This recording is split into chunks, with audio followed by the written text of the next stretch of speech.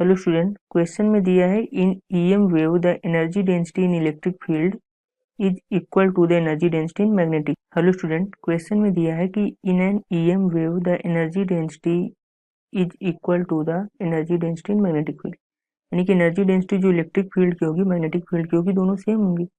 ठीक है, सही स्टेटमेंट है। ऐसा इसलिए क्योंकि जो एनर्जी होती है इलेक्ट्रिक फील्ड की वही एनर्जी होती है मैग्नेटिक फील्ड की। तो अगर दोनों की एनर्जी सेम है तो दोनों का क्या सेम होगा, दोनों का एनर्जी डेंसिटी भी सेम होगा। तो एनर्जी डेंसिटी क्या होती है, ED of electric field is equals to half epsilon not E square is equals to ED of magnetic field, जो कितना होता है हाफ बी नॉट स्क्वायर या B square by mu not. तो सिंपल सा केस, अगर एनर्जी सेम है तो एनर्जी डेंसिटी भी सेम होगी। ठीक है, तो energy associated with electric field is equals to energy associated with magnetic field, तो एनर्जी डेंसिटी भी सेम होती है। ठीक है, तो इस बात में किसी को डाउट? तो असर्शन आपका करेक्ट हो गया। रीजन क्या दिया है कि EM waves are transverse in nature, reason भी सही है। तो देखो, ट्रांसवर्स इन नेचर का सिंपल सा प्रूफ होता है पोलराइजेशन। तो ईएम वेव्स में लाइट वेव्स का पोलराइजेशन आपने पढ़ा है, तो अगर पोलराइजेशन हो रहा है तो ट्रांसवर्स वेव है। ठीक है, तो असर्शन भी करेक्ट है, रीजन भी करेक्ट है, बट असर्शन को रीजन एक्सप्लेन तो कर नहीं रहा, एक अलग इन्फॉर्मेशन दे रहा है, असर्शन एक अलग बात बता रहा है। तो इसका मतलब क्या हुआ कि ऑप्शन 2 करेक्ट होगा आपका। Thank you. So here, according to the question, a beam of electron is used in Young's double slit experiment. The slit width is small d. When the velocity of the electron is increased, then option number 1, no interference. Option number 2, fringe width increases. Option number 2, fringe width decreases. And option number D, fringe width remains the same. We know that in Young's double slit experiment, the value of fringe width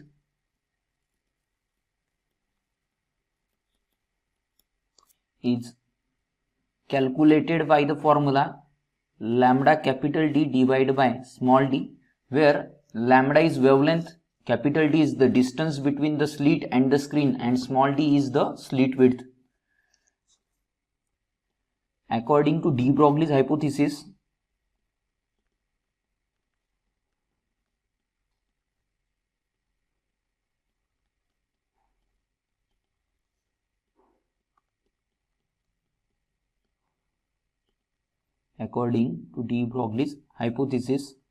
wavelength associated with a moving particle is calculated by the formula lambda equals to h divided by p, where p is linear momentum, therefore lambda will be equal to h divided by mv.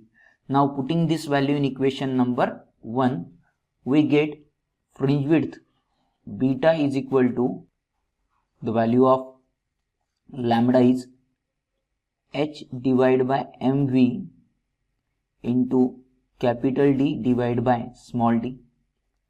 So from this formula we can say that if h, capital D and small d and small m are constant, then fringe width is inversely proportional to v. It means as the value of speed increases, the value of fringe width will decrease.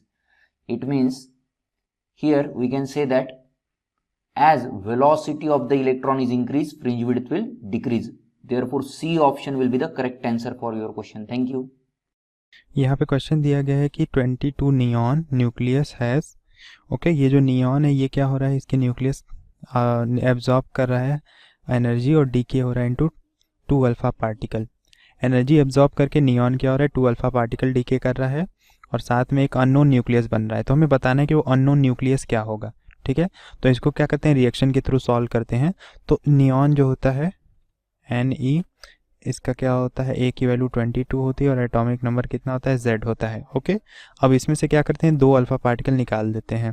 तो 2 helium nucleus इसमें से निकाल देते हैं, ये plus He4, ये कितना हो गया 2।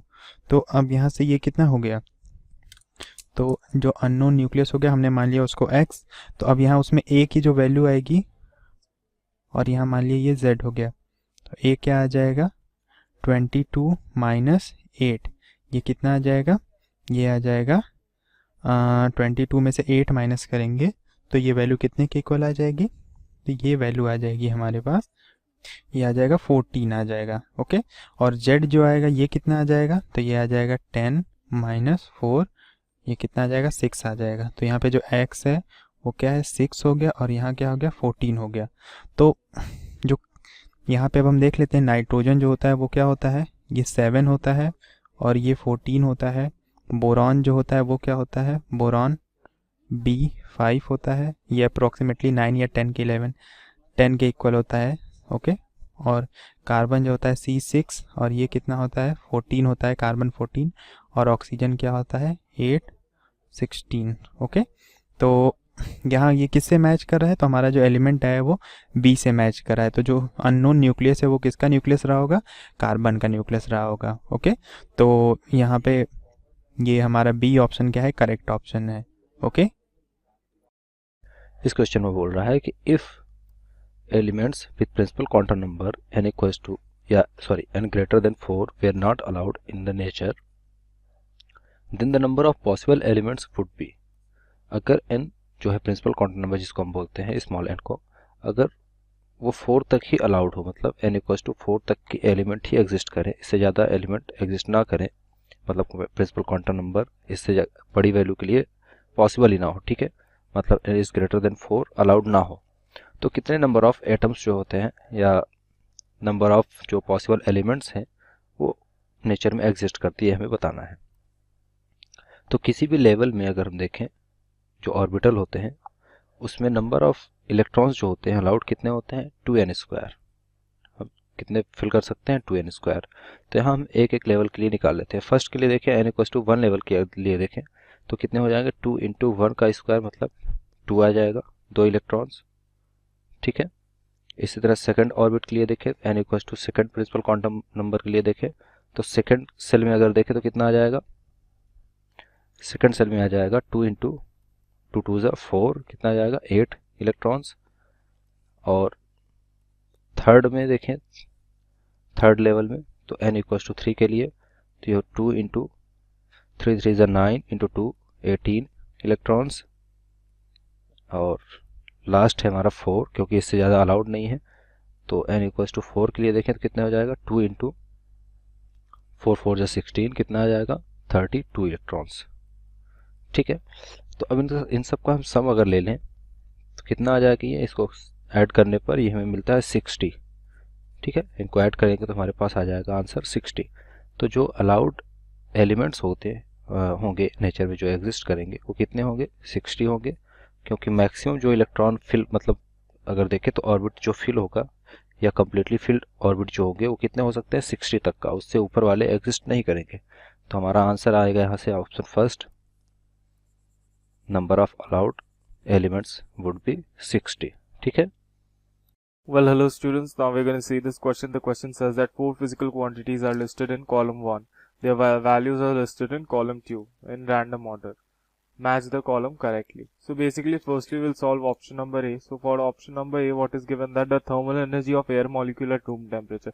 So we all know thermal energy of air molecule at room temperature is given by half into K into T, where T is the room temperature. Okay, so this will be half into K, which is the constant whose value is 1.38 into 10 to the power minus 23. Okay, basically not minus 23, it's plus 23. Okay, into 300. Okay, so this will always obviously come out in joules. Okay, this will be come out in joules. So when you convert it in electron volt, okay, then you will get what you will get. Basically this will be not plus, this will be also minus. Why? Because over here this constant's value is this only, 1.38 into 10 to the power minus 23. Okay, so this will come out in order of 10 to the power minus 21. Okay, so this will be 10 to the power minus 21. Okay, and we have to do this multiplication, which will give us 6.21. Okay, 6.21 into 10 to the power minus 21. So this is basically equal to what this is in electron volt will be equal to 0.02 electron volt. Okay, nearly equal to that. Okay, so basically if you see option number A is basically E. Okay, means we have A to E. Okay, similarly when we do for B, so if this is binding energy for a heavy nuclei, okay, So binding energy, we all know that binding energy is basically what? Binding energy of any nuclei is in forms of what? Mega electron volt. Okay, mega electron volt. Why? Because basically this is a very high quantity. Okay, the binding energy of a nuclei is a very high quantity. That means what? It will be in order of mega electron volt. That means what? There is only one mega electron volt over here. That is option number H. Okay, so this is option number H. That means what? Over here B will give us H. Got it? So similarly we'll find out for C and D. So if you see C, then you will see that X-ray photon energy. Okay, so X-ray photon energy, when you understand, okay, the X-ray photon energy, X-rays are basically produced in kilovolts, okay, in order of kilovolts. Okay, so if you check about X-rays means the electron volt format, then you will get kilo electron volt only. Okay, because since they are produced due to kilovolt, so the final energy will be in kilo electron volt only. Okay, so this over here, the kilo electron volt quantity is what? It is option number G, means number G. So this C will be G, and lastly we have D, which is photon energy of visible light. I'll explain you that also. Okay, so photon energy of visible light, D. Okay, photon can be emitted by very less light also, less amount of light. Okay, so there must not be a very high amount of light. If it exceeds the phi, which is the work function, okay, then only it can move off. Okay, there will be a photon energy of visible light, that much it will be possible. Okay, that means what? Over here this will be nothing but F. Okay, because this small quantity with this small quantity also photon energy means emission can take place, and that is only photon energy of visible light. Understood? So this is basically our answers. Got it? Thank you. The plate resistance of a triode is 2.5 into 10 power 4 ohm, ठीक है, and mutual conductance is 2 into 10 power minus 3 mho, ठीक है. What will the value of amplification factor? हमें निकालना है amplification factor. तो amplification factor क्या होता है हमारा? होता है हमारा म्यू, और रिलेशन क्या होता है एम्पलीफिकेशन फैक्टर और म्यूचुअल कंडक्टेंस और का होता है जो म्यू होता है एम्पलीफिकेशन फैक्टर, वो होता है हमारा plate resistance RP into mutual conductance GM. ठीक है, ये होता है हमारा एम्पलीफिकेशन फैक्टर. और क्या क्या गिवन है हमें गिवन है प्लेट रेजिस्टेंस आरपी गिवन है, RP equal to 2.5 into 10 power 4 और mutual conductance GM equal to 2 into 10 power minus 3 mho. ठीक है, ये सब हमें गिवन है. तो यहाँ से हम डायरेक्ट वैल्यू पुट करके निकालेंगे. ठीक है, तो हमारा एम्पलीफिकेशन फैक्टर क्या हो जाएगा? वो हो जाएगा mu equal to 2.5 into 10 power 4 into 2 into 10 power minus 3. ठीक है, ये कितना हो गया? ये हो गया 5 इंटू 10 मीन्स 50. ठीक है, तो हमारा एम्पलीफिकेशन फैक्टर हो गया 50. तो option 1 is the right answer.